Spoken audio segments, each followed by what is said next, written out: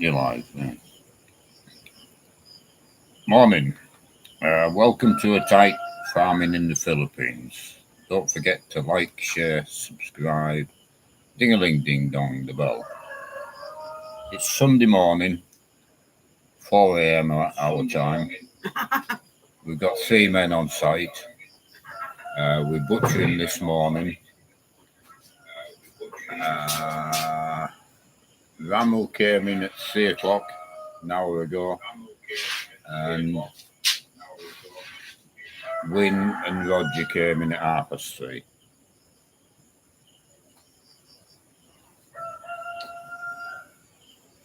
Morning, Spartan, and morning, Richard. Hope you're both well.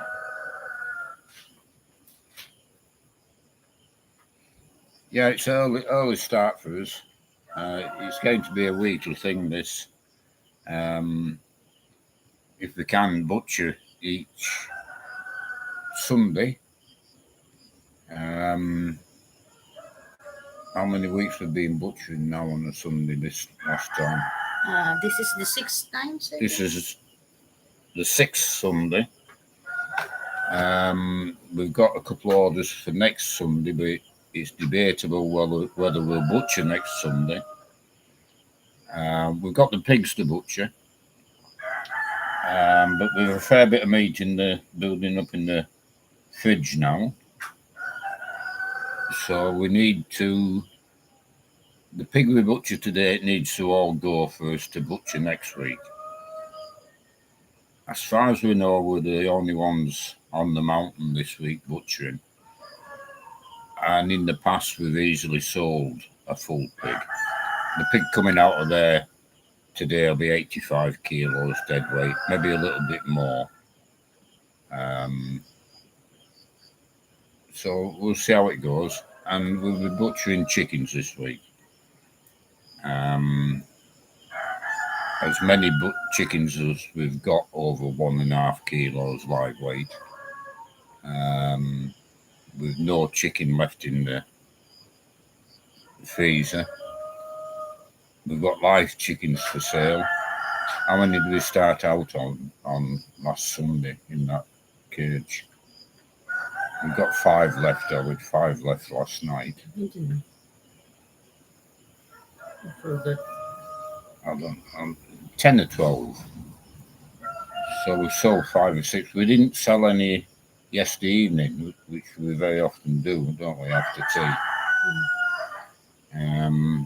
So we're still 5 in there. The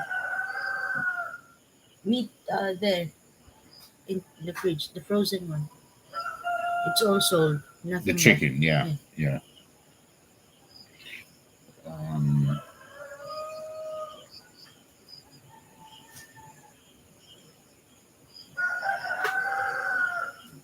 Yeah, it's all quiet down the bottom end. We're starting any time. They're getting ready. The fire's lit, the water's boiling. Or they've just ask for coffee. Just asked for coffee, so we'll probably have a coffee before the start. But it'll be up here. It gets light about 5:30, doesn't it? So 5:30, it'll be coming up here and on the table outside. But the last 2 weeks, the road's been quiet, very quiet on a Sunday morning. Yeah. So 5 watching. 5 watching, is it? 5 watching, 4 thumbs up.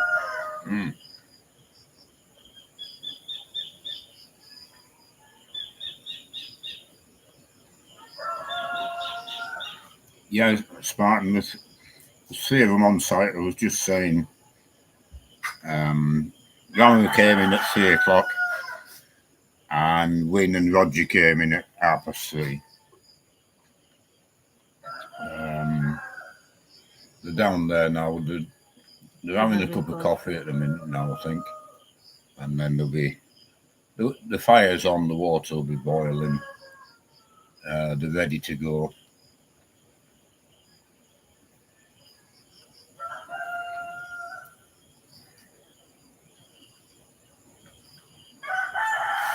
Or somebody was saying, how does Jean manages the shop when she's out the front and down the bottom, taking note of the weight of the pig and that. Her youngest niece is in the shop. She sleeps in the shop overnight on a Saturday, and she reluctantly gets up at 10 to 5. Very reluctantly gets up at 10 to 5.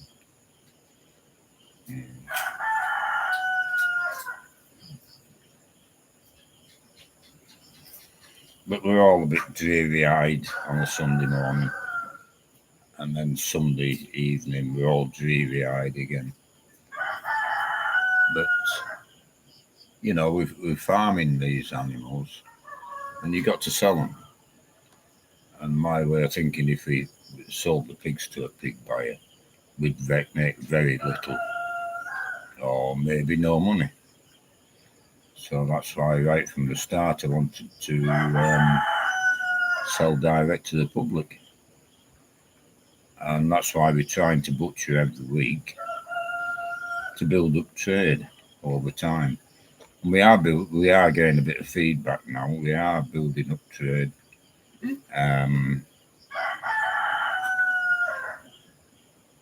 The feedback we've had is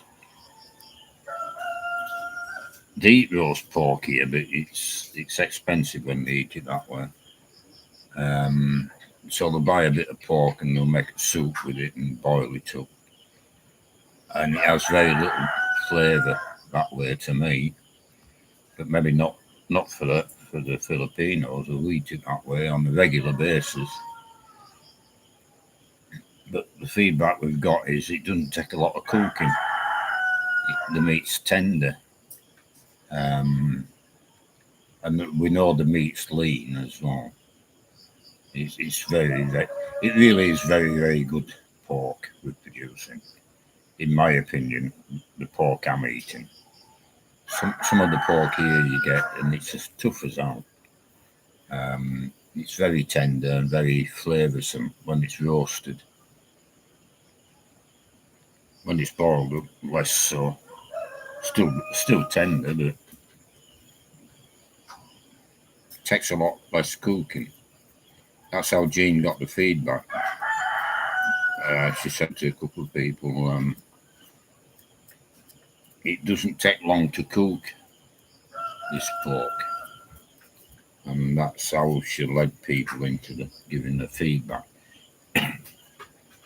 Because normally they say nothing, they just, about anything, they just buy.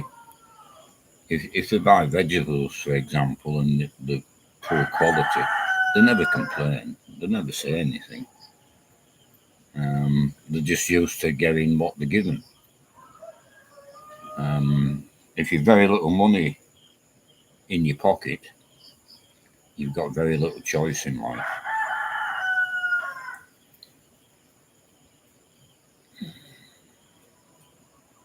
After 30% YouTube tax, tab for the 3 workers for pork.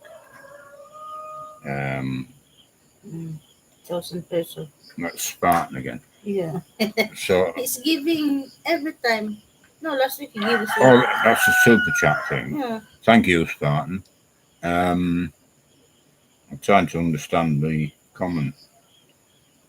30% YouTube tax. Yeah. Tab for the 3 workers for pork. For them. Oh, the cost of 3 workers for butchering, yeah.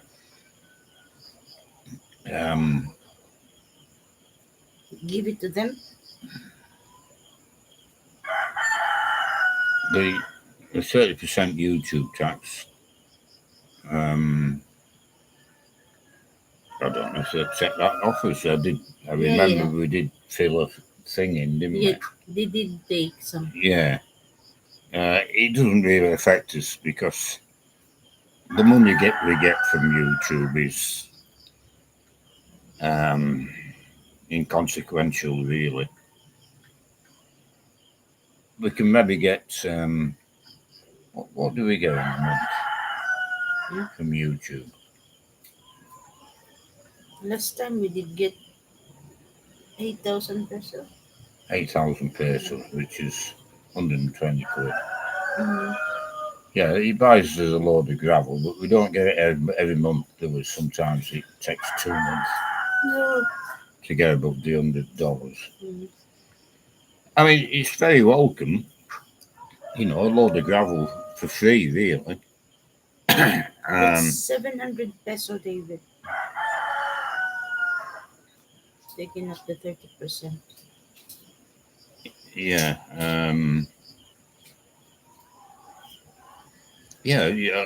a load of gravel's very welcome. Because I'd be doing it anyway. I was doing it before it was monetarized. I suppose if you were building a YouTube channel and you wanted to make some money out of it, you'd go into politics or a more general topic of interest to a broad spectrum of YouTube viewers. Whereas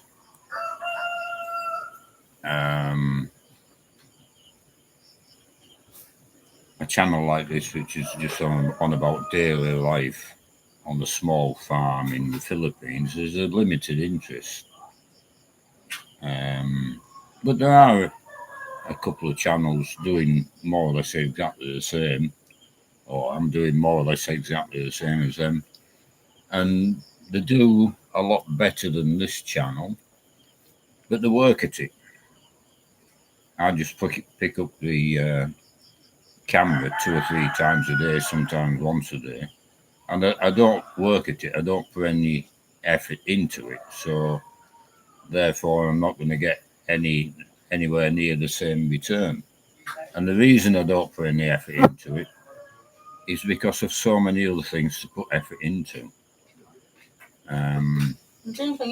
Like this last 2 weeks, I've been putting a lot of effort into the livestock with medication and feed. You give them the Yeah, it's plugged in there. That's why I plugged it in.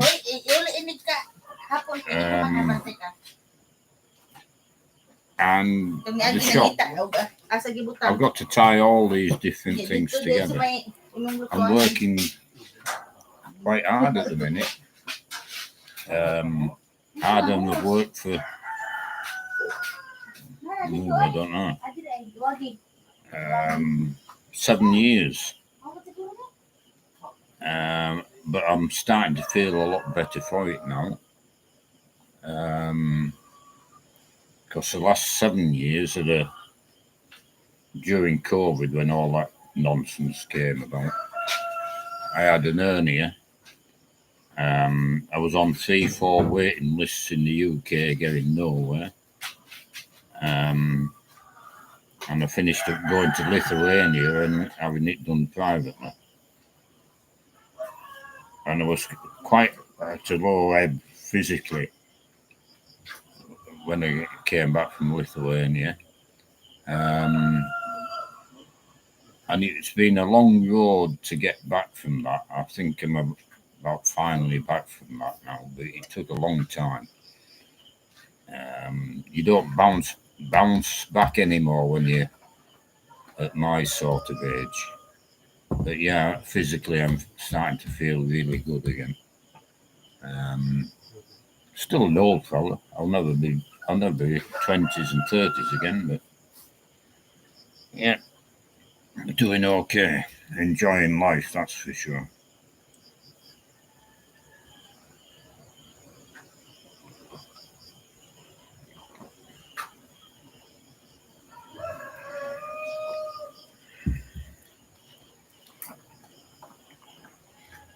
So they've been up for the torch.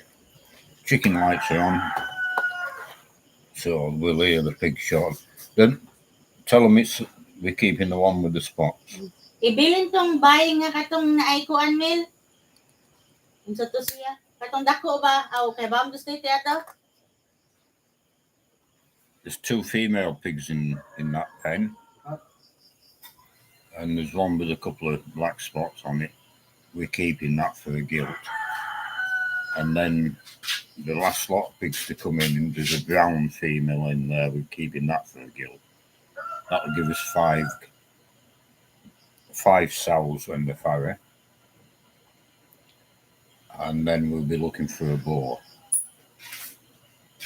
Then we'll have a close shed. There'll be nothing coming in other than feed,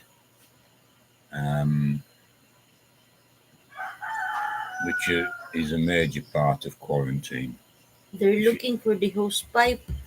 Oh, there's both the family. Yeah.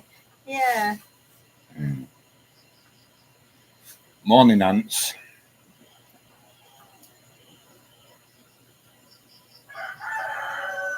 I think you should open your subscription on YouTube. How do you mean open? Your subscription is not membership. No, I was thinking of membership at one time. So I could do videos on slaughtering and that. But no, I decided against it. There is 2 or 3 videos on the channel which are locked. And that I was starting to build up some videos to go down that road. I would like to do a video on a full video, not anything hidden, on slaughtering a pig the way we're slaughtering now. Yeah. And then a video on slaughtering a pig the way I eventually want it done. But I can still do that, and I can leave them locked. Or maybe I can.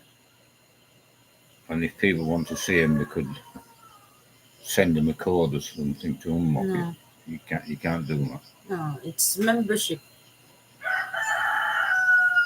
Does it cost to open them? Can you open a membership free of charge? No, they will be paying for it. Yeah, you ask them if it's okay with them. Yeah. You're a Filipino, you're after making a dollar. No, I'd like to do them 2 videos, but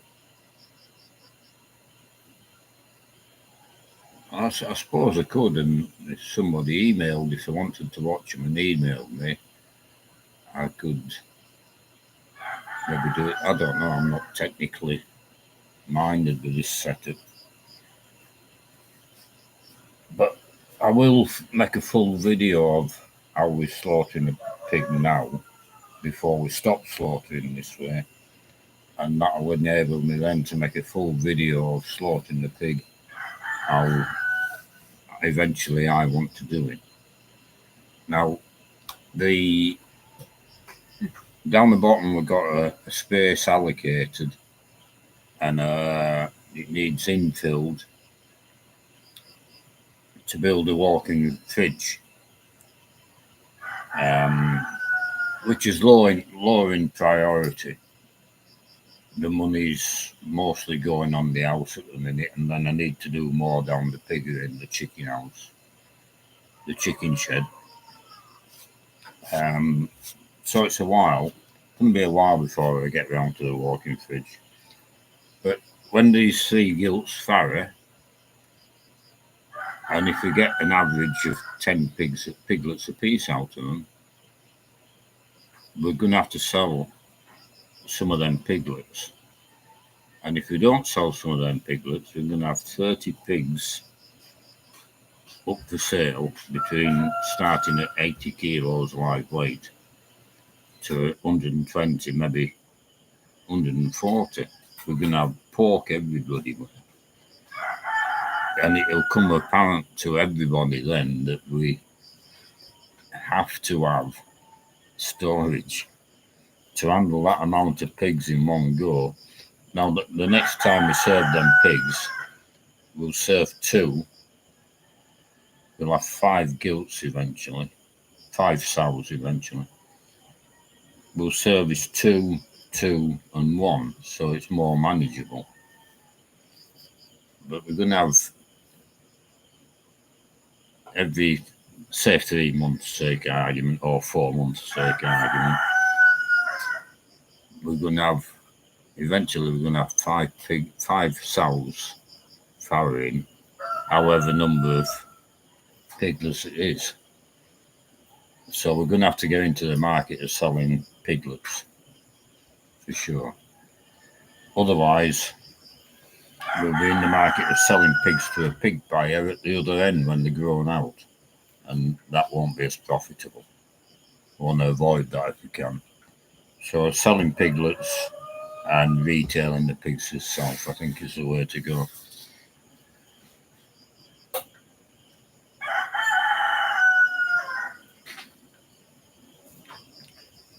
Edward Down. Hi, Edward.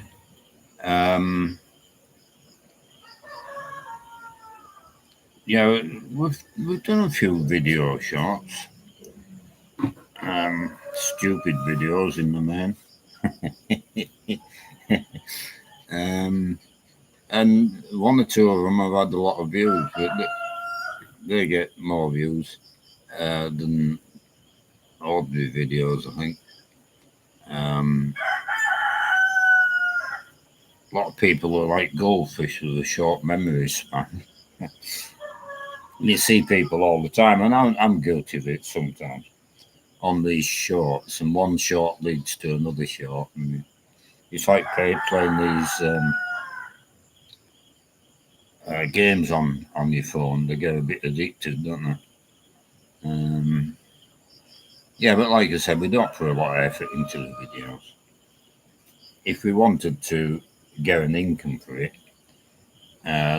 we'd have to put an awful lot more effort into it, and you might have to suffer an awful lot more disappointment from it. It's not a gold mine, isn't YouTube? Some people do very well, obviously, like everything in life.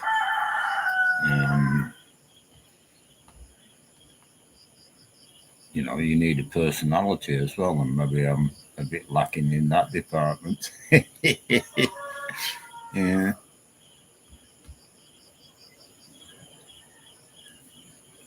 Video shorts seem to help people build subscribers.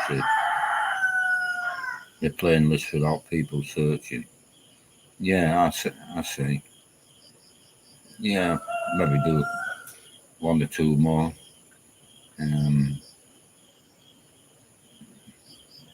There is a short. We have a short. It was in videos as well, in a couple of videos. When the grandkids were over here, with the pigs running around the pen and the grandkids giggling. That's a really nice video and short. But, you know, obviously I'm biased, but I can hear the kids giggling.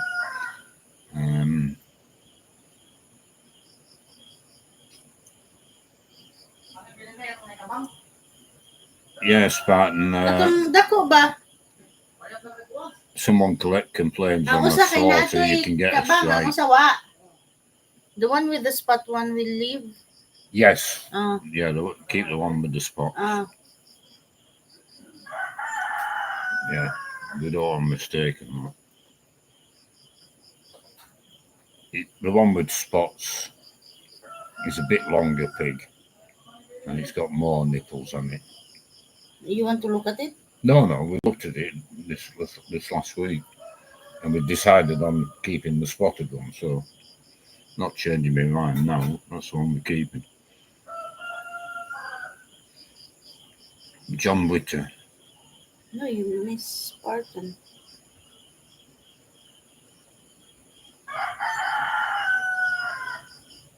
No, I am, John. It could well be right. I'll ask Jean and she can check it up. Monetized bloggers or vloggers in the Philippines need to register. In the Philippines, it's quite possibly true. I mean, they're bringing in these woke laws all in the bloody West about videos. They're trying to censor everything. But they're very sensitive at the minute in the Philippines. They've brought new regulations in because of that American Eastern European guy with the antics there. He offended the entire nation. Doing prank in public. Well, supposedly pranks. He was just a pain in the ass, I think. Bothering security guards. Yeah, to all Western people would agree with that. I can't understand all the fuss, really. When he approached that policeman and took his motorbike, he should have been arrested on the spot and thrown in bloody jail.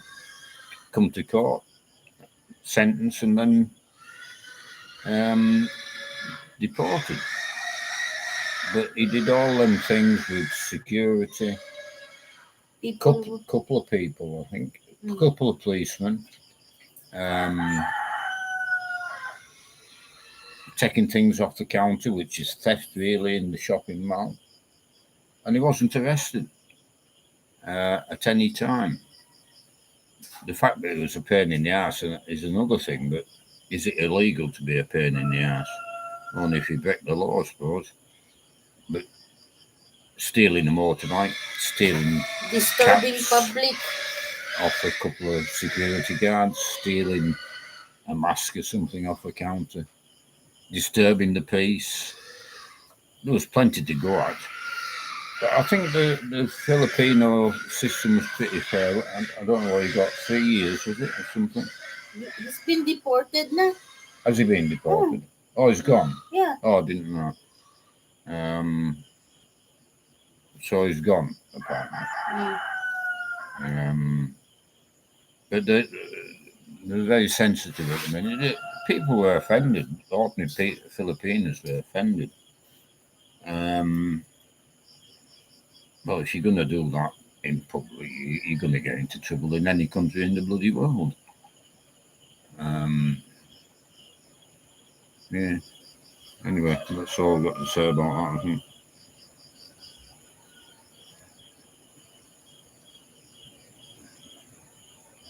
James Boucher, thank you, James. A great set of videos. I never miss one. I do get people, and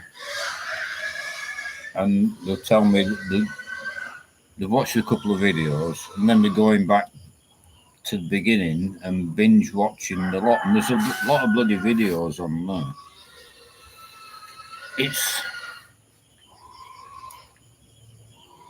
If somebody's thinking of coming to the Philippines, raising a few pigs or whatever, the channel is of a great interest to people like that. And then, if people are like me, I watch YouTube. I like to watch YouTube videos of ordinary people doing ordinary things, not necessarily farming, not necessarily Philippines. And I'll watch a couple of videos like that, and then I'll watch a couple of channels like that.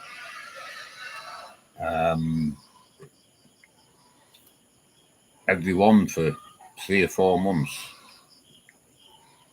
And then I'll move on to another channel. But very often I'll come back to them channels because they flash up on YouTube, suggested playlists or whatever you call them. But yeah, I like to watch ordinary people doing ordinary things, and successfully. I always want people to succeed. Some channels are very negative. Well, you know, there's enough negativity in daily life without watching bloody YouTube channels which are negative all the time.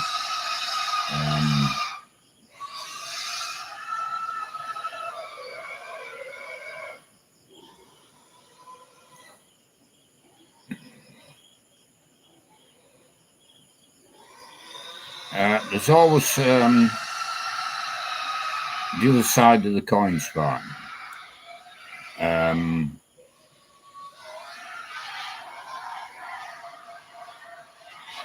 He shook it up, he did silly things, I agree with that. But he was generous, so I don't know, because I never watched his videos.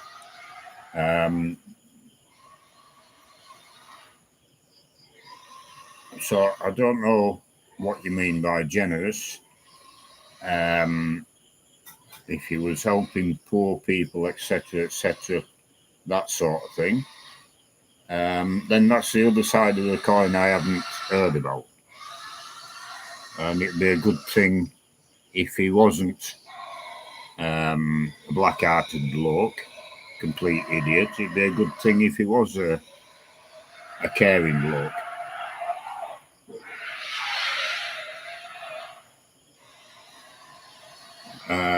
John, which I heard he was a Russian and was deported back to Russia, which means he may get sent to Ukrainian front, which may be worse than the Philippine jail.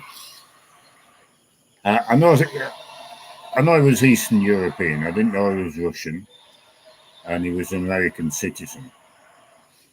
Now, it's all over him if he's deported. He's had a slap on the wrist and he's gone. Because I wouldn't want to see anybody, any Western man or woman living for years in a Filipino jail.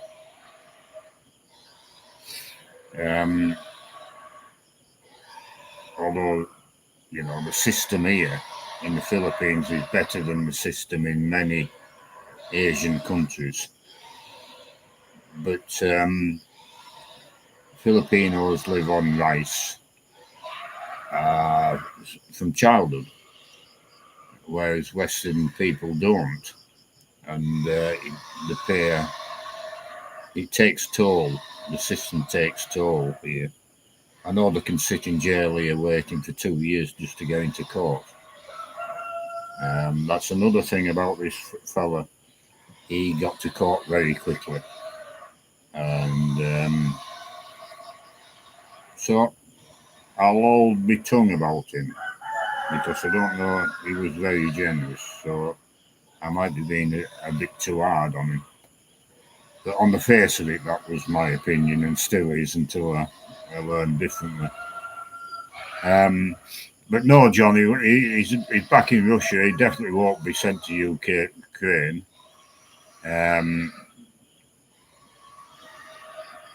The Russian army is very well trained in big numbers at the moment. There's no room for untrained people. The 6-week basic training, sending them to the front. That's what the Ukrainians are doing at the minute. There's no other option. They're running out of men. It's been the same since I was in the army a long time ago. Modern warfare, modern equipment, there's a lot of training. Even driving a tank, the days are gone prior to the Second World War where it was a driving course. The amount of electronics and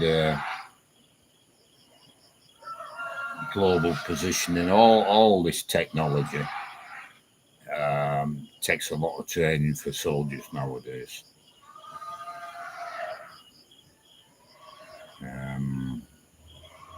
But Trump and Putin are meeting in Alaska. If the West accepts reality, hopefully that war will be coming to a conclusion.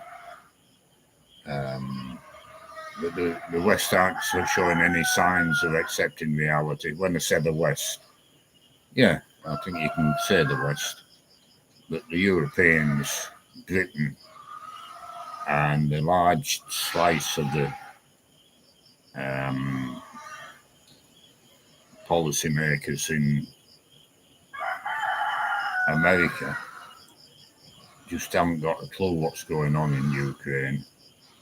the Russian army, the Russian weaponry. A lot of people will disagree with me, I know, but I reckon I'm in touch with reality. I mean, the British Army, for example, is virtually non-existent now, along with the Navy and along with the Air Force. That's not being down on the British Armed Forces, it's bloody reality. NATO, not the same NATO when I was in the army, let's put it that way. Spartan, yeah. My mates. Can Mrs. Tyke bring Mr. Tyke a cup of tea? No, I make one already before starting the live. That was coffee. Yeah. Do you want one? Yes, please. 4:30, so. Yes, please. Yeah, 25 to 5. So, Tea or coffee? all the tea because we've been out of coffee. I don't want that coffee in the shop, powdered milk. Give me your cup, bit. I'll reuse it. Yeah, wash it out. You didn't finish it? No, I never do. Just saying I didn't finish the coffee. I always leave that much in the bottom. No, it's too Coffee many. and tea. That's from days gone by when you had a cup of tea and I could never drink the last bit because in the bottom was tea leaves. So I never drank the last bit of tea. Yorkshire tea? Yorkshire tea, yeah.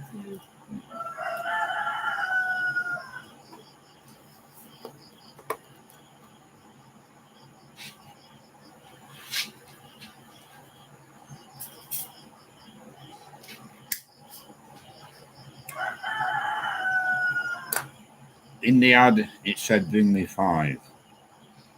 So 5 cups of tea. I only want one, yeah. Yeah, you say I don't see the ads now. Or I think when they do subscribe to your channel or membership, something like that, they won't see ads. That's one thing. oh no, I'm not. Yeah, I think so. Oh, or I'm just making. I don't know. Yeah, I don't know. Yeah, that's what I noticed. You won't see ads. You can watch videos straight. Right.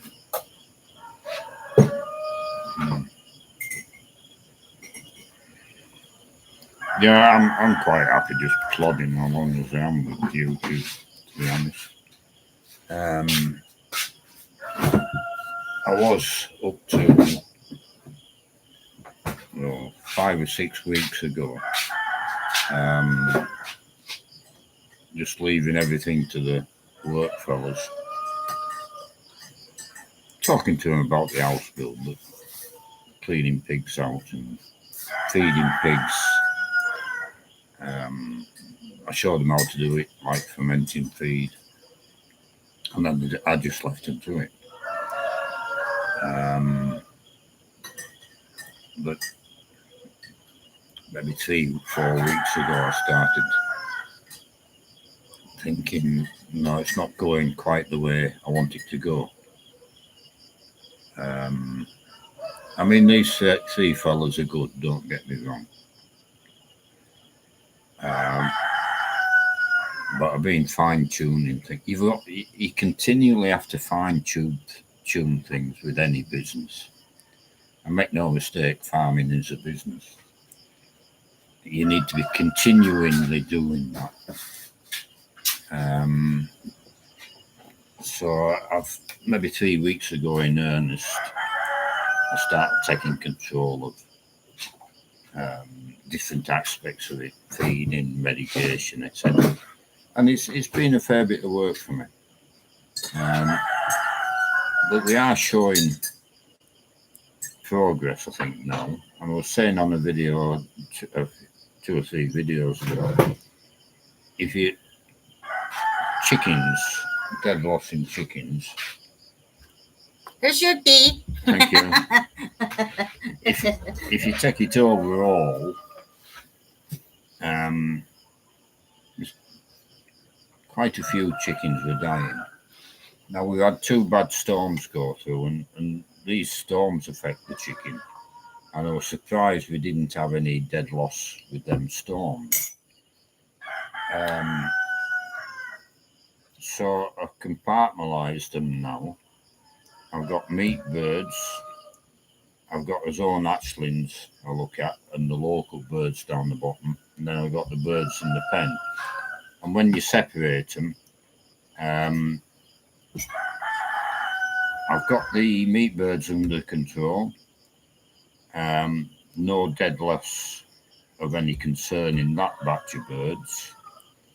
I seem to be getting. We not had a lot of dead loss with the birds free ranging, but I seem to be in control of that better now. And the free ranging birds down the shed,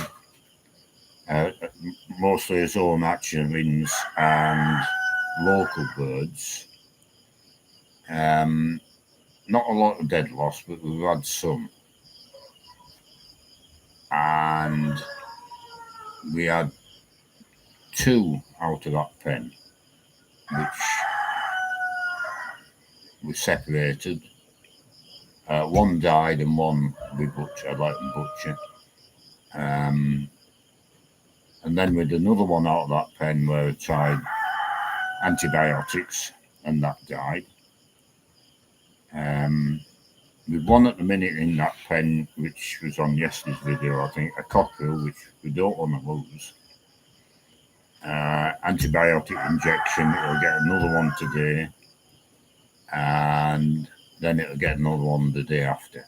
And hopefully we'll save that bird. Now, I don't know what's wrong with it, but Ronald told me it's sick, and he picked it up and looked down its throat. I could see little white spots, I think, down its throat. I can't talk to him, so I couldn't ask him why he thought it was sick. But I trust him, he knows a fair bit about chickens. So that'll finish its course of antibiotics. And if that bird survives, then I'll put that down as a big tick. Because it's a cockerel and we want to breed them local birds.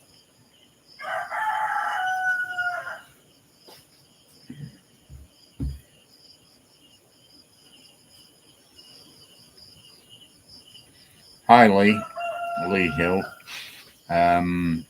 Yeah, we were up early this morning, Lee. I was up at 3 o'clock. Rama was in at 3 o'clock. Jean got up at 3:30. And Wim and Roger came in at 3:30. And we're butchering this morning.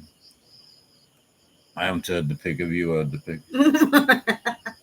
Yeah, they're squealing so loud. It's butchered now. And well, it's 4:45 now. By 5:30, it'll be coming up here. 5:15, something like that. Jean will be disappearing shortly to wait. And it'll be daylight 5:30 or just after. Spartan storm. 1 year ago, a poison plant growing on the back. Yeah. Maybe we could have a poison plant down there. We did take a couple of bushes out for that reason. Down there, which were poisonous to chickens. I don't know what they were. We took about 3 out. Now they've been they cut the grass there. Yeah, they cut the grass this week. It was getting too long again. Yeah, you know, it's possible. I've got to rely on Ramal and the other two to tell me if there is a poison plant, because plants are different here, obviously. And they haven't said anything. But we did cut 3 small bushes out for that reason. And I would recognise them plants again, because they were poisonous to birds.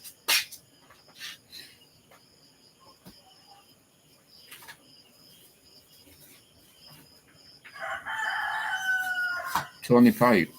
Morning, Tony. Please you find something of interest on this site. Dave and wife. The wife is Jean. They've been married last Christmas, just before last Christmas. Don't ask me the date. No idea. Sini ka putos. Ay, ipusa lang ninyo. No, I did. We're not getting any eggs at the minute at the bottom end. We were getting 2 of the local birds were laying. But when we built them cages, we disturbed them a lot. They found some there on the grass. Oh, eggs. They found some eggs on the ground. There in the shop. I said, why is this very dirty? Where did you find it?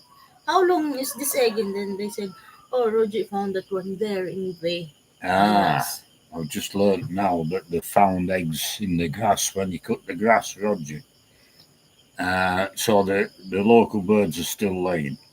Just we moved the nest box out, and I put hay in the nest box, and they did show some interest in it. But they're not laying in the nest box. So I'll give that a bit of thought again. Now we have got some of his own hatchlings down there, which I need to transfer into the other pens. But there'll be 1 or 2, maybe 3 of them starting to lay at any time. Some are cockroach. Some are cockroach, like the white one you transfer. Yeah.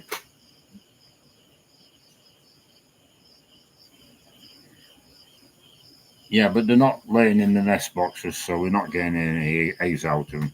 The local birds, their eggs are quite a bit smaller. But we can build up numbers. And then when they get to adults, they're saleable, especially the cockerels. And the cockerels at 12 months old, maybe a bit older, go for 1,000 pesos plus, depending on the look of the bird. And they like to eat the local birds, and the cockfighting business comes into it.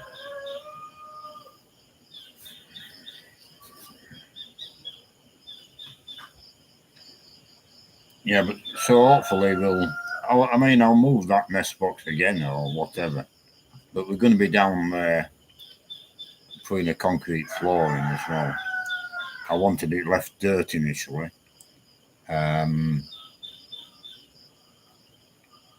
But when it rains, the dirt in there does get wet. And it's a bit clarty on your shoes. We've also had a problem down there with ants, even when we were putting at the beginning, putting the walls in. And for some reason, that corner is terrible for ants, and it's still the same now. Every time I go down there, I get ants up my jeans, and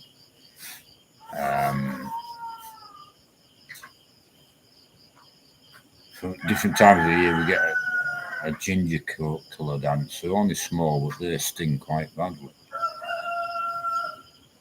So I think the answer is to put a concrete floor down.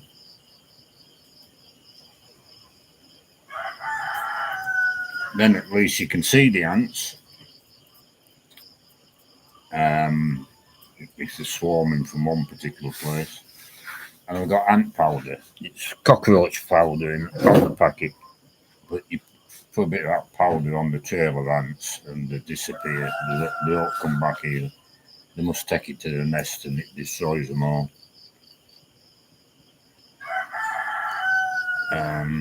Boiling water fixes ants. Yeah, there's always alternative ways of doing things. I remember in Australia, down Gippsland, with a big wasp nest, European wasps, and there was thousands of wasps, but they were underground. So one of the mates of my sons, when they were much younger, I says, "Oh, just pour a bit of petrol down," which he did, but not thinking. I never give him any further instructions. I just assumed he knew. So what you should do is pour petrol down, and that's it. Leave it. The petrol turns the gas and kills all the wasps.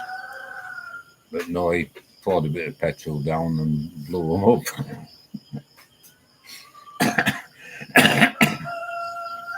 which doesn't work. You kill a few thousand on the top, but all the ones underneath survive.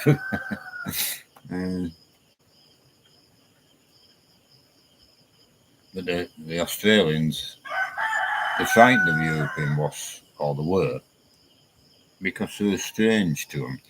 And unlike in Europe, the wasps don't die in the winter because it's not cold enough to kill them. So the nests get really, really big. And the sting, of course. So they're frightened of European wasps stinging you. But they're not frightened of bull ants because they're used to bull ants and they sting worse than wasps. I got stung here last week. It was a bee. Stung me on the back. I felt that. But it wasn't as bad as a bee sting. There must be local bees. It didn't last as long. The sting soon went away. And they seemed to, that week, with a few fly in the veranda here. And they seemed to be dying. And I think they were stinging anything, you know. They fly in, crash into something and wiggle around on the floor.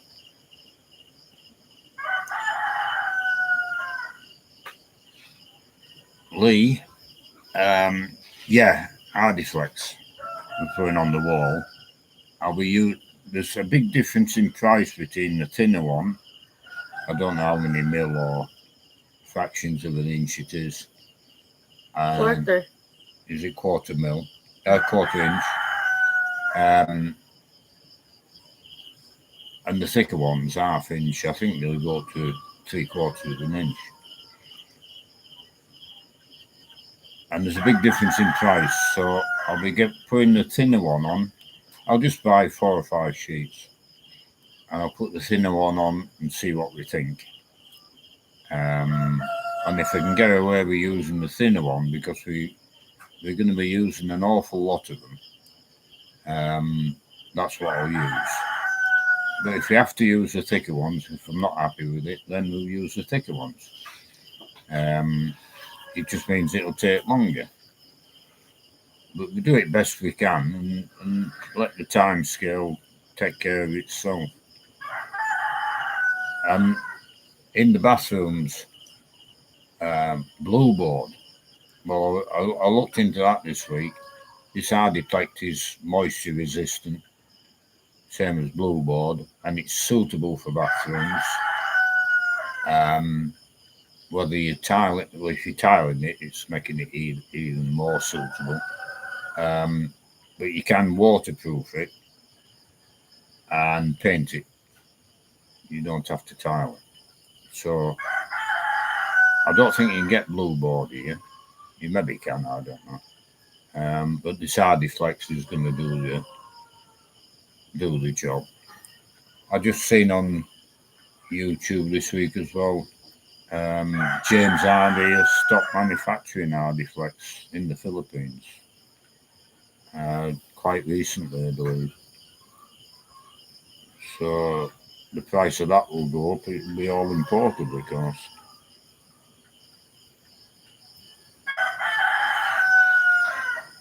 Stagger the joints for a strong wall.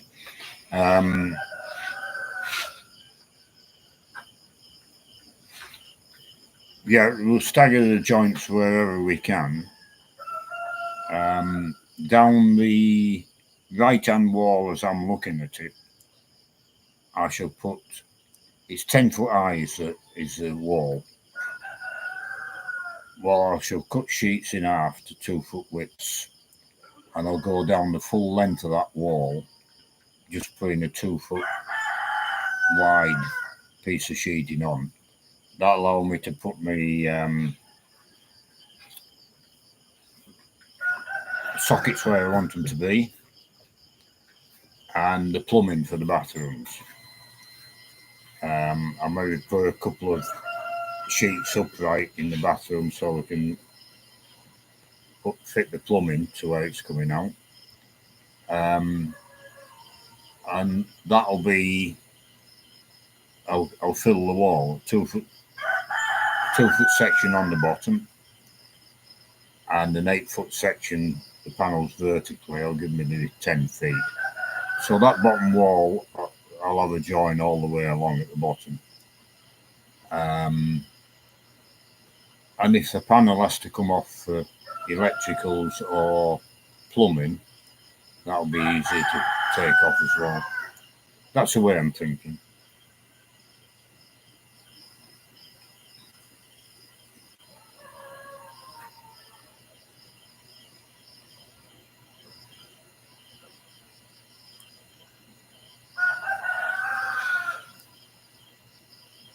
Hornets and Bees, Hornet King.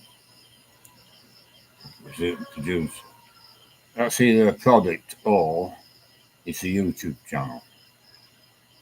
Yeah, I have seen a YouTube channel a couple of times on mice and rats.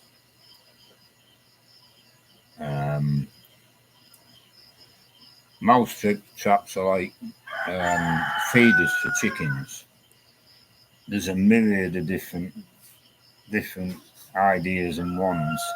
There was a fellow in, I used to watch, I think it was a TV program in America, a woodsman, a rednecker, I think they call him, and he'd go out and he'd capture these turtles in ponds, snapper turtles or something they call them. And he did all this sort of stuff, catching rats and whatever have you.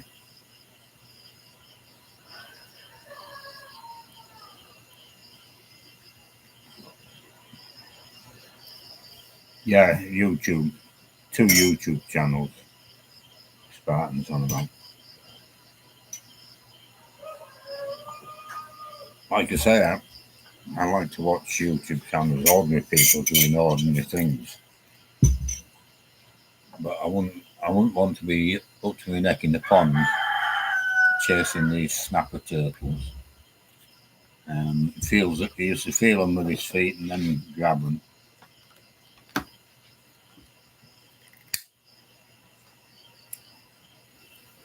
And I believe, as far as I remember, he had all his toes. As in, take your finger off them turtles, apparently. There was one fella had him in for cattle. And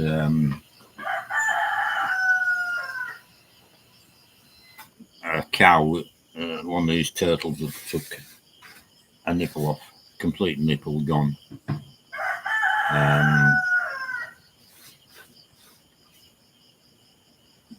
So rendered the cow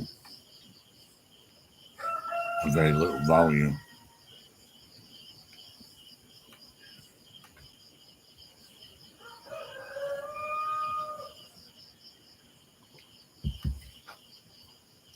Yeah, but the stud walling we're doing, we're going to be on with that for a good number of weeks.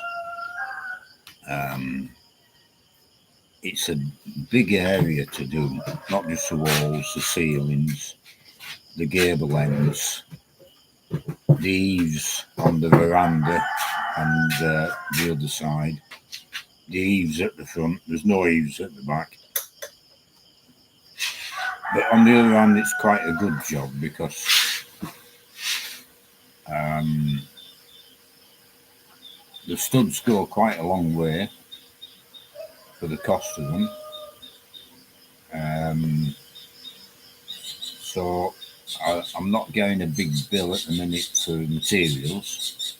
I've just got wages to worry about, and they're not a big item for 3 men. Um, so yeah, I'm managing finances at the minute with what we're doing quite well. Um, I'm still going month to month, really, waiting for pensions coming in. But the shop and the pigs and chickens, to a lesser extent, are generating profit. So that's a big help now. So months ago or a couple of years ago, um, the decision I made to build the piggery first was the right one.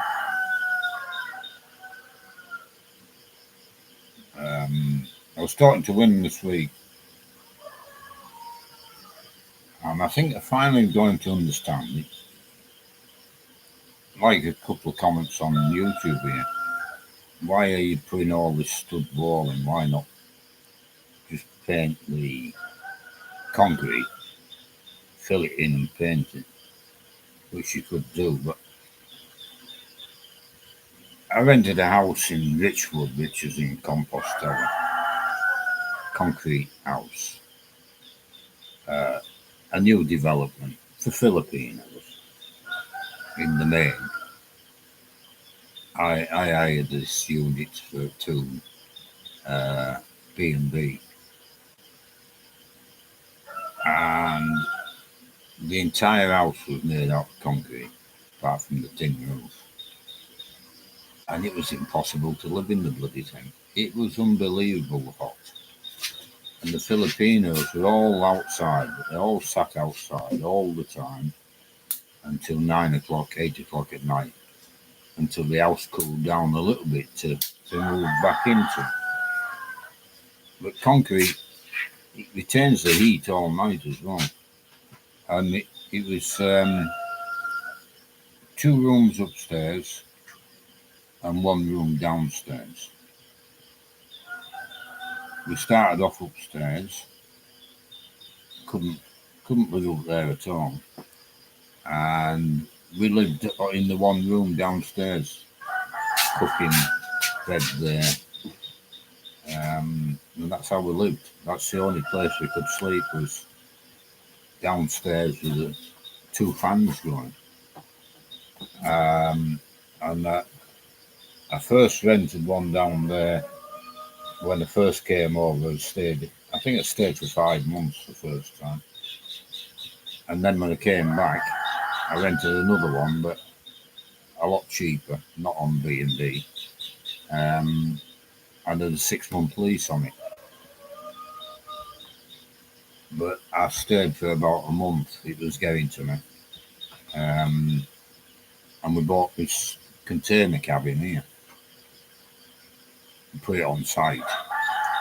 And I just moved out. I lost the 4 or 5 months rent, but at least in this container house with a fan, I was comfortable until you come out the front door that way. And it was wet. It was all mud everywhere. And then we moved on to doing the veranda. And I've not got all the amenities in this cabin, but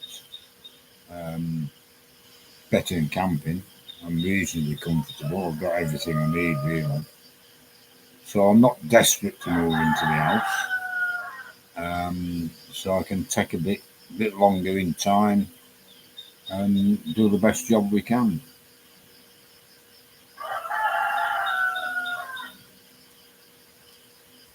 Ah, yes, I'll ask her when she comes back. Um, Local vegetable prices. Um, What? oh, you there? Spartan's asking. I'm watching you on the telly. Oh, yeah. Spartan's asking, can you tell him the local vegetable prices? Yeah, it's expensive. Well, come and tell him because I don't know if you get the volume on. They're expensive. Yeah. So Last week, not so, but this week, the vegetable man just came yesterday. So it's very, very high at the moment. what are you paying for cabbage, for example? The cabbage before I'm just paying 50 peso a kilo. Now, Now I'm paying 120, I know, 140. 100 from 50 pesos to 140 Mm, for cabbage. mm. Potatoes, Potatoes, that's um 90 peso 90 pesos a a kilo. kilo. Bok choy, Bok choy. He did not bring me bok choy this mm, time. He forgot. Might bring some later on. right. Onions, local onions, Local onions, before I'm just buying it for 100 peso. Now it's 140. right. White onions we can't get at the minute, can we? No, we can't. Carrots, Carrots, before it was 140. Now it go back to 100 peso a kilo. The pumpkin, before I'm just buying for 25 peso. That's why I'm selling there in the shop for 50. Now I'm buying it for 55 peso a kilo. right. So I'm selling it 70. Spring onion, Spring onion, that's 150 peso a bundle. A big bundle, 1.5 kilo. 1.5 kilo, so 150. 100 pesos a kilo. But you see here, they don't buy half a kilo of onions, so they buy one onion, 5 peso. 5 pesos. They buy 2 spring onions. Mm. They buy 1 potato, Tomato. small. How much are tomatoes? Yeah, don't forget the tomato. I get it directly from the truck. Yeah, I pay 50 peso onto it. yeah. If the man bring it in here, then it would be 70 peso. We bought it off the farmer, didn't we, on office truck? Mm. And some, what you call, cucumber. Oh yeah, how much was the cucumber? 50 peso a kilo. Yeah, The thing of that man is, it's more handy because I don't need to carry it there yeah. in the Yeah, market. we're a fellow who buys in the city, Cebu City, where all the vegetables come in, and he brings them up on his motorbike. But now he's got a little truck, so he's doing quite well, I think. Um, and he brings them to us, and he's better prices than the market downtown. Um, and he's looks after us quite well. And it's good to buy from local people. He lives further up the mountain. Terence Euro. Hi, Dave and Jean. Have you thought about buying corn and grinding up the chicken like Will and Chick? Um, yes, I did try it. Um, Unlike where William is, there's not the farmers doing it here. Um, there are, I don't know what direction it is from the city, Cebu City. I opened the shop now. Yeah, Jean's going to open the shop. There are farmers here, but not local to us. It's very hilly where we are. But I did buy some corn off a local guy. I bought his crop, if you like, about 2 kilos. And he asked me if I wanted any more, so I'll buy all you can get. And he came back with another kilo, and he said he'd have 5 kilos 3 months' time. And there, no doubt there'll be 1 or 2 more like him local to me. It's not enough to invest in a machine to grind it up. If I could get the materials, which I've looked into a little bit, which I can't, but if I could get the materials, I would get a grinding machine, I'd get a pelleting machine, and then I'd make my own recipe and make my own feed for the pigs and everything.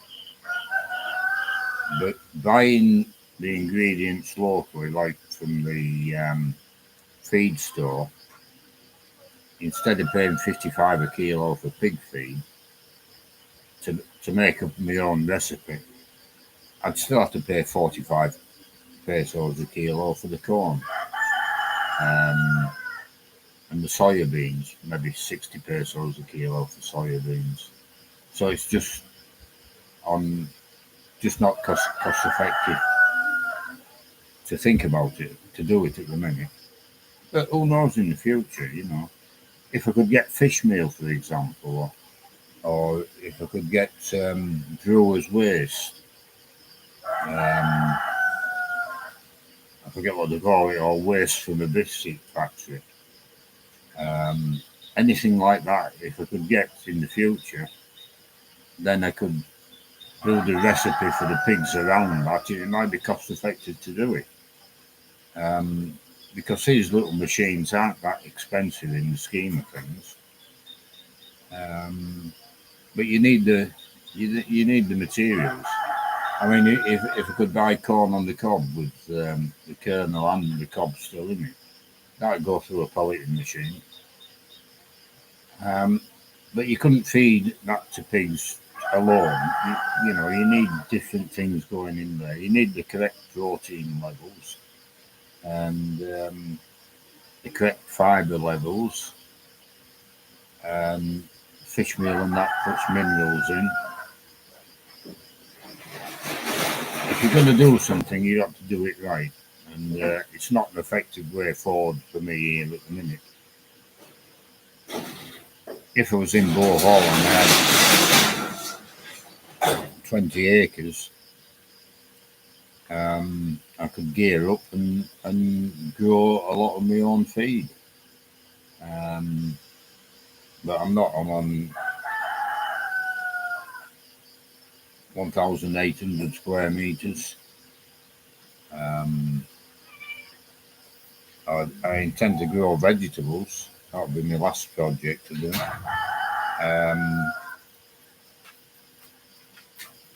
And then this site will be really heavily developed, really. Not by Philippine standards, but by my standards.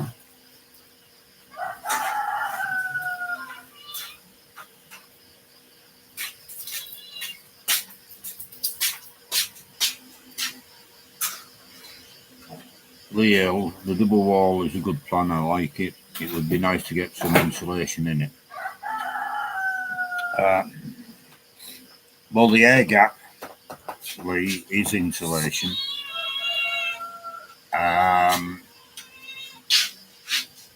If you filled it with foam, for example, then you'd have no airflow, so I wouldn't need vents in the bottom or whirlybirds in the roof. Well, them whirlybirds in the roof are a good idea for any roof. That's what I'm after, is the airflow up the walls into the roof space and then exited out the roofs to create an airflow. So if we make them walls as airtight as possible, we'll get a better airflow. and that'll have a cooling effect. Hopefully better than insulation, but maybe not. I don't know. Spray foam insulation would be good in the roof space. You can't get fat blacks here. And this thin tissue paper they call insulation with a reflective side, I don't know if that works or not. It doesn't impress me. Yeah, so that's where we're going. And fingers crossed, hopefully, it'll, with the ceiling fan in the bedrooms and the living space, it'll be comfortable in there.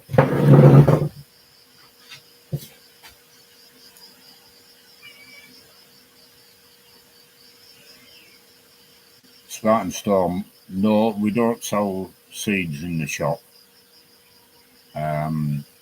I've got quite a lot of seeds in the drawer which I brought back from Australia, and some we bought locally. But it's going to be a while before I get round to planting seeds. If they want seeds here, if they want pumpkin seeds, for example, they buy a pumpkin. They eat the pumpkin and collect the seeds. And I'm sure they swap seeds. And I'm sure you can buy seeds locally. But that's something we'll look into when we get round to thinking about hydroponics. Larry Langdon, my daily fix is watching your farm progress.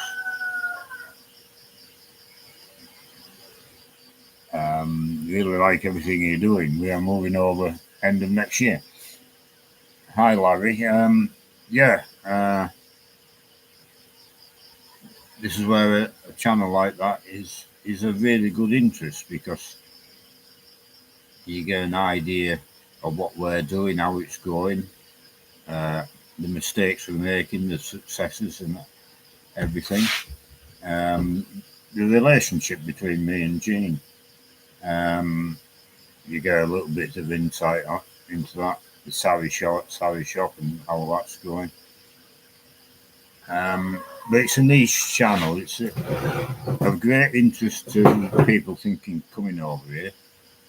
Oh, this is my opinion. But it doesn't have a really wide audience. And that's why I don't really bother. I'm not really concerned about growing the channel or trying to make money off the channel. But Spartan keeps sending you. Oh, Spartan sends me a little gift quite regularly, which is very nice. Yeah, but I'm not asking for the super chats. They will be calling me anytime soon. So I will join you now. Because they're gonna call me. Now just like that. No, I'm fine with that. Don't. Oy. She doesn't like being in the picture. Yeah. All right. Because I eat all the ice cream. Yeah. No, don't do that. I'm not giving it to you. I'll eat all down my bloody shirt.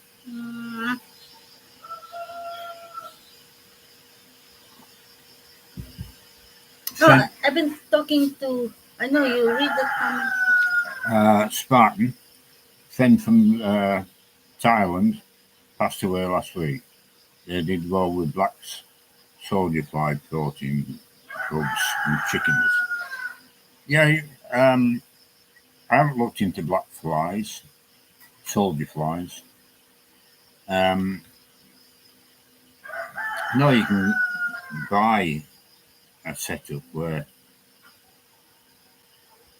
or make your own, I'm sure, where you're composting and putting your scrap waste and that.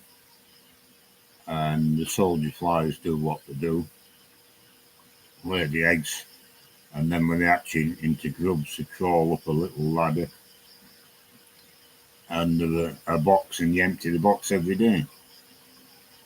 Feed them to the chickens.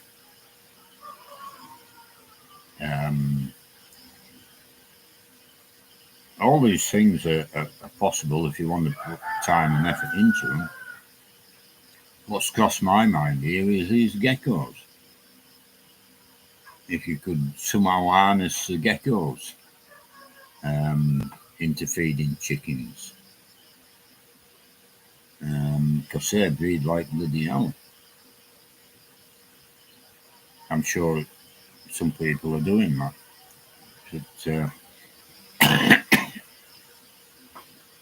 it's not for me at the minute because I've too much on. But in the future, anything what interests me, I'll have a go at. If it doesn't interest me, then I won't do it.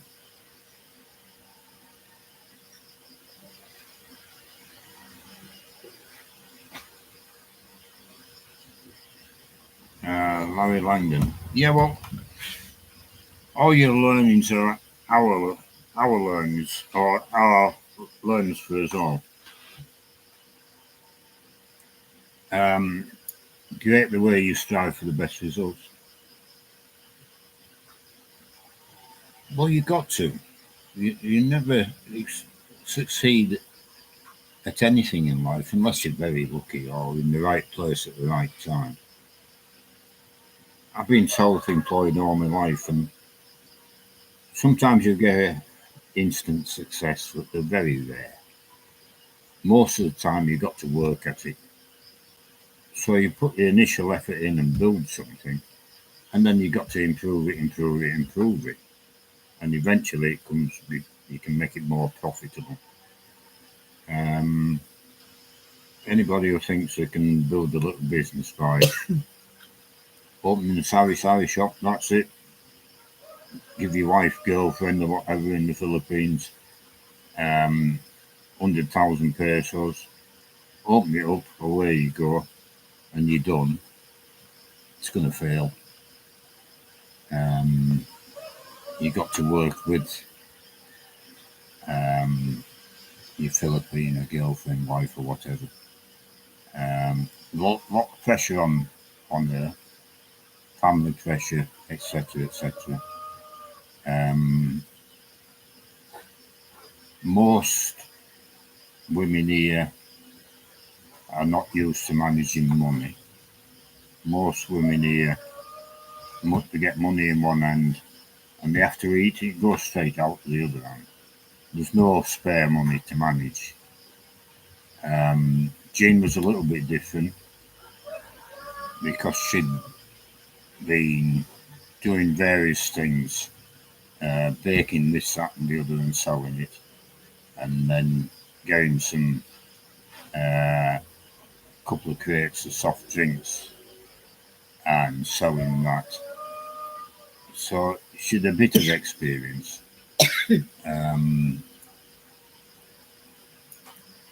But just to give, Sige na, day. open the sari shop, Nakapagilamos pa ka. and that's you finished, it's never going to work. You've got to work at that sari shop every day, every week, and give the woman in your life the support she needs to run that sari shop, and let her run it. Don't run it yourself, micromanage things. That's the way I've gone about it, and that's the way I would recommend it. Everybody's different. I can't sit in that sari shop and serve people unless they want a cigarette, and then they usually give them the wrong bloody one anyway. Chicken put outside or no? You're gonna butcher it. No, leave them outside. I'll come down the bottom now. If them chickens there is compared with this one, then Some is big down there. no, I mean by snouty. What? Snouty nose. No, they're okay. There's nothing wrong with them chickens. Okay. I'll go down the bottom now and we'll start weighing the birds. Yeah, I've been talking to a man there outside. Mm. He asked if we butcher today. Yeah. I said, yeah, we butcher today. They're not finished yet. Ipagawas dam. And he said, um, since we started butchering here, the sale of the barangay captain's father Mm. has effect onto it. Sorry, We're, we're affecting the sale of the barangay captain's father. all right. That's what he said. The barangay captain's father has traditionally butchered a pig very often. One thing is we're killing our own pig, and price wise, we're a bit cheaper compared to him. Yeah. We're a little bit cheaper. Mm, Um, hopefully a little bit better quality. mm. Because he grows pigs, but he doesn't. He buys pigs in also. Um, it's called competition, and it's not necessarily a bad thing. If we can do it better, we will do. And if he doesn't put the same effort in, then we'll gain ground on him. But there's a sari shop just Jail down na the itaw, road. jail. Since we opened the shut down and we got the blame. Uh, and no, it's not our fault the shut down. It's just that they couldn't compete or wouldn't put the work in and compete. Now, since they shut down, another one just a little bit further up the road has opened up, and they're doing okay. With one just up the road here, 20 yard away. They've been open for 12 months, and they're making a little bit of money. Obviously, else they wouldn't be open. They're making money. Um, competition can be a very good thing. And then there's another woman just near the sari-sari store which is newly open, planning to butcher her pig. All right. But the pig is around 80 kilos. Yeah. And they've been asking people if they want to buy some. Mm. But the order they had was just 30. Mm. So it's debatable whether um, to kill it or not. Because if they're gonna do, where are they gonna put the spare meat? That's right. So Jean's saying that the new sari shop that's open there wanting to kill a pig. No, not them.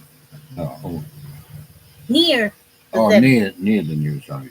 So somebody's wanted to kill a pig. It's 80 kilos, and they've tried to take orders. They've got orders for 30 kilos.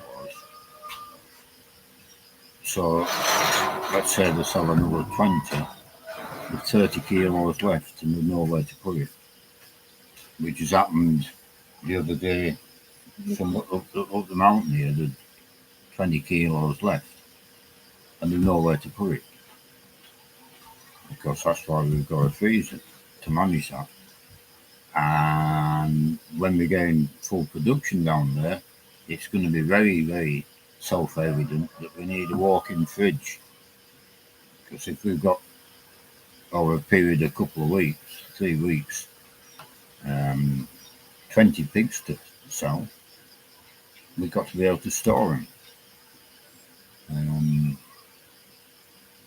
Yeah, I suppose maybe what is a little bit unfair here with the foreign fella is we've got more resources maybe available than the local people to manage these problems.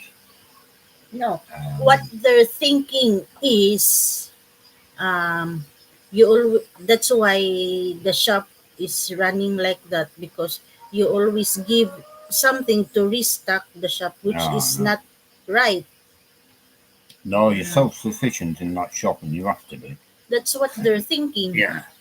Yeah. Well, Oh, they're okay if they're gonna lose some pesos because her husband is a fireman. Yeah. He gonna give some money to restock the shop, Yeah, which is not good, which is not true. I'm an ATM. I've got an unlimited amount of money, Now you don't like have money. all foreign men. The truth is different, of course. I mean, when I get my pension in, it's a fortune when it's converted into pay stubs. But it's not a fortune. It's a pension which you can barely live on if you're in the West. But you can't live on it. You know, just a basic state pension. Um, you'd have to go on to welfare to supplement it to survive. Um, you know, there's lots of pensioners in England and Australia that they don't eat steak anymore. They simply can't afford it. It's mince and spaghetti.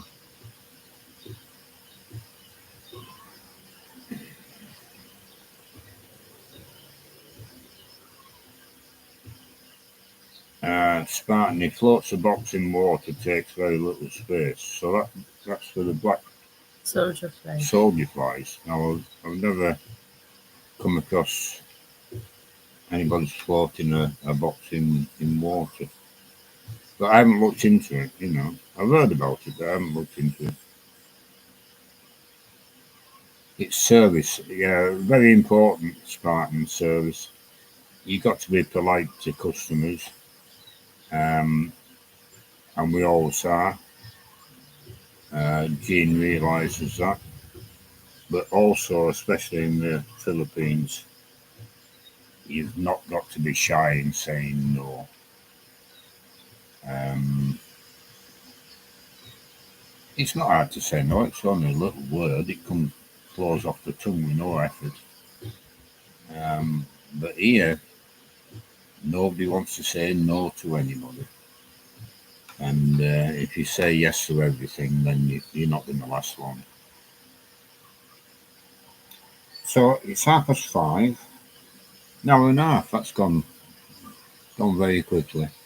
But I'll end it here, and I'll go down the bottom and start weighing the chickens. It will take them a long while because they're gonna clean the intestine. Oh, they're not there. Oh, Mm. I won't. They did not even send the meat yet. Oh, I won't rush They them. did not shout at me to weigh the pig, so Yeah, I won't rush them. you can talk to them. Hmm.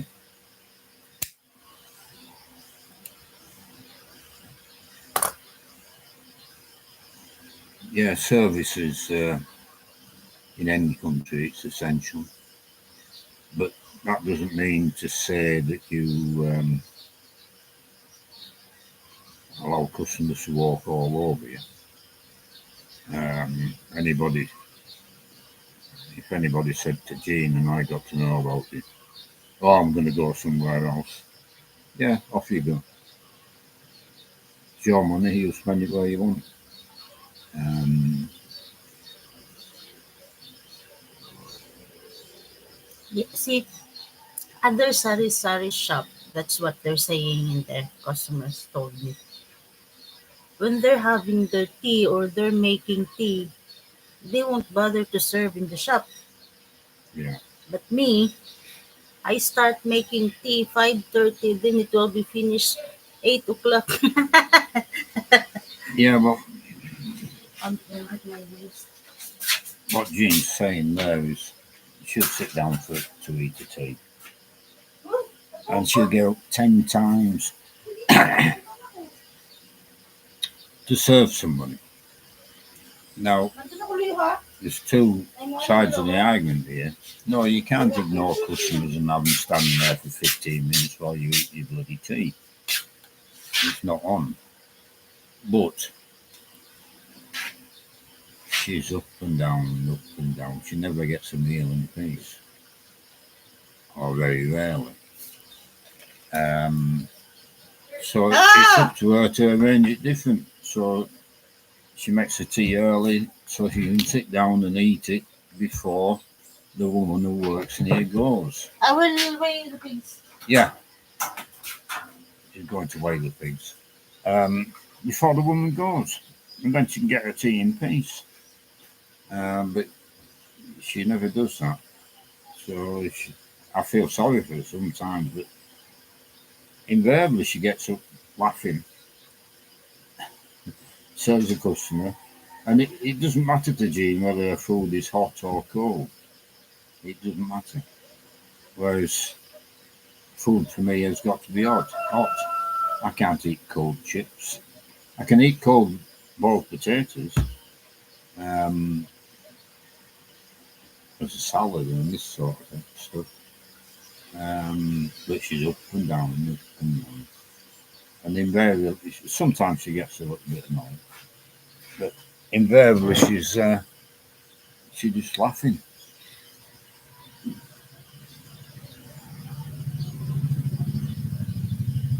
Spartan Storm, do you have a plucking machine? No, not yet.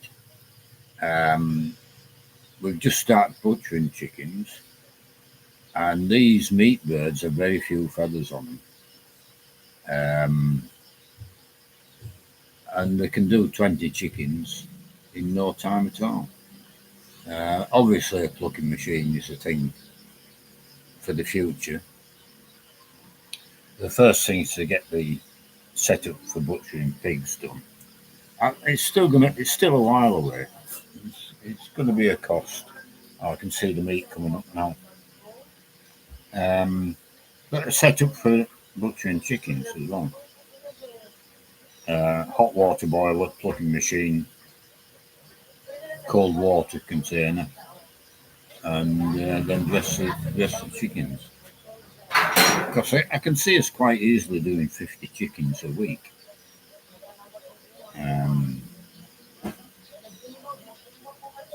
At the minute, we can sell 10 live chickens a week and say 20 out. We can do 30 chickens a week now on a good week. So an average week, say 20 chickens.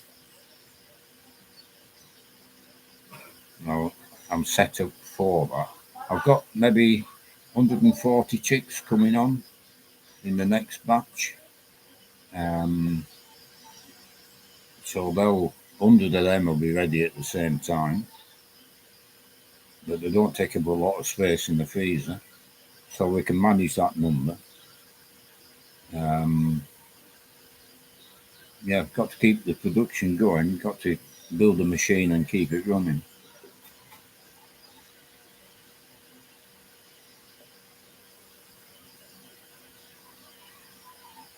Edward Down.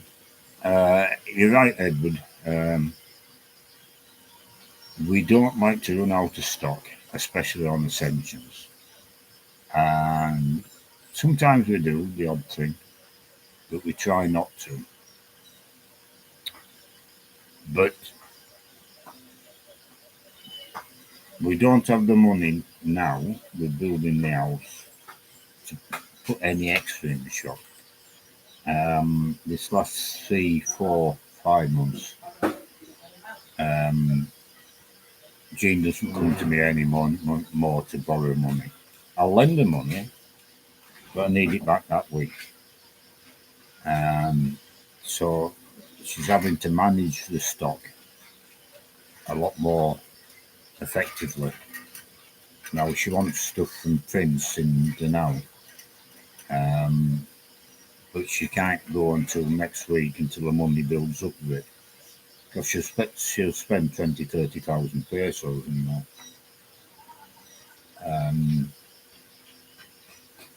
So she's having to work a lot harder.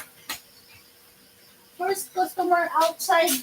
First, because that's why you're running up there. Yeah. What weight did we have? I need to work it out. You're going to work it out now. Yeah, but that... I will go outside now. That's what makes us the first point of call for a sari shop. They come here, they get everything they want. Whereas they go to another sari shop, they maybe have to go to 3 to get everything they want. So yeah, very important, Edward.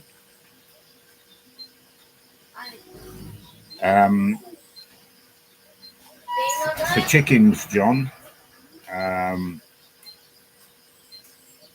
we get 160 a kilo for the live birds, Now, cull chickens from same as the farm next door are 160 a bird, but they're all skin and bone. They're egg layers. There's no very little meat on them.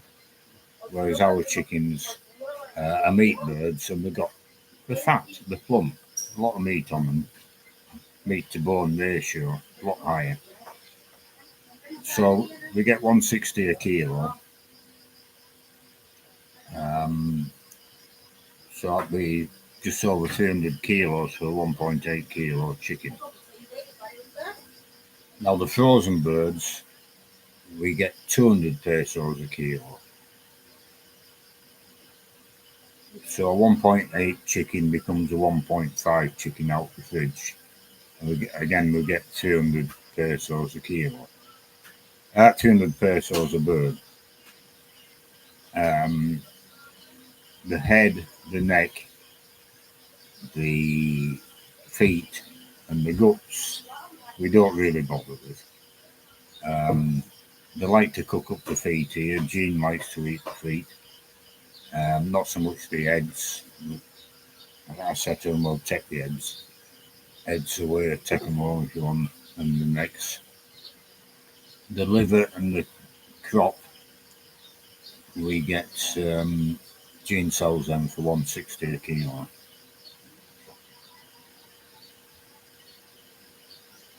So, yeah, 300 pesos a chicken, 1.5 and above.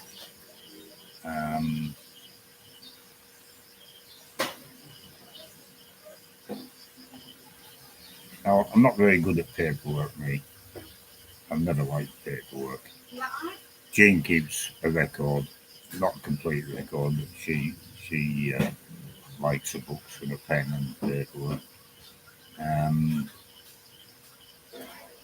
So I couldn't tell you what percentage profit we're getting out of the chicken with the feed we're putting in, etc., etc. It's enough for me to know it's profitable.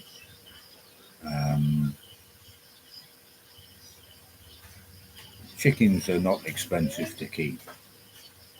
Pigs more so. Pigs go through a lot of feed and cost a lot of money. But as on previous videos, with 4 weeks in front of the feed chart, on the next lot of pigs to butcher, which will start on next week, the piglets come in, we'll weigh them next week. I think it's 85 days today, and that's the figure on the feed chart. So we'll be a day or 2 days later, and we'll get an idea of how they're doing.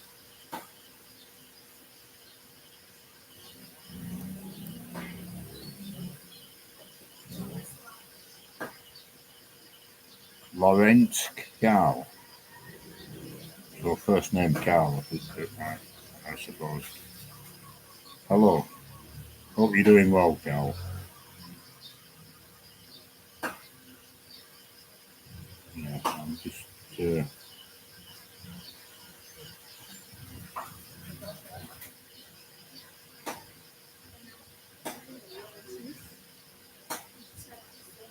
John. Yeah, 300 chickens a week, 100 chickens a week is a lot.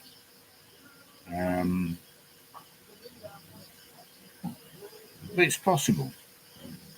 Depends how the trade all the time builds up.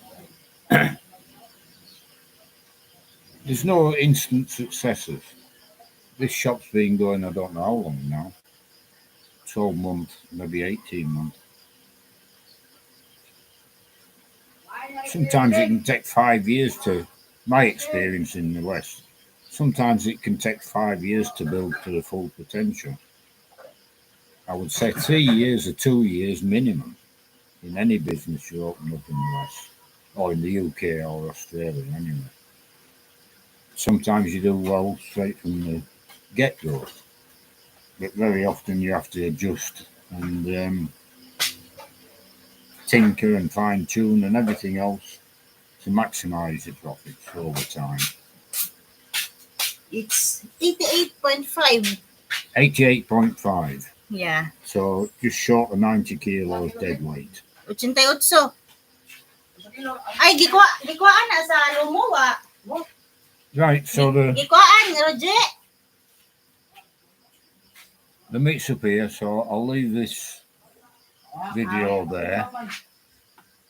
I'll go and get sorted out with chickens and that for butchering. And thanks for tuning in. Thanks especially for the comments. Otherwise, I'd be struggling after half an hour. And to this one, What? you're very generous subscriber, Spartan. Oh yeah, thank you, Spartan, for the gift, as always. Yeah, we'll leave it there. I'll do a video today.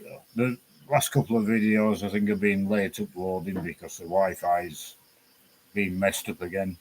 The Wi-Fi came on last night and we're on the computer and we're on Wi-Fi now, so we've had a good do this morning. I'll make a video today, but I'll probably include it with tomorrow's video. And we'll do that. Thanks for tuning in, and we'll see you all again.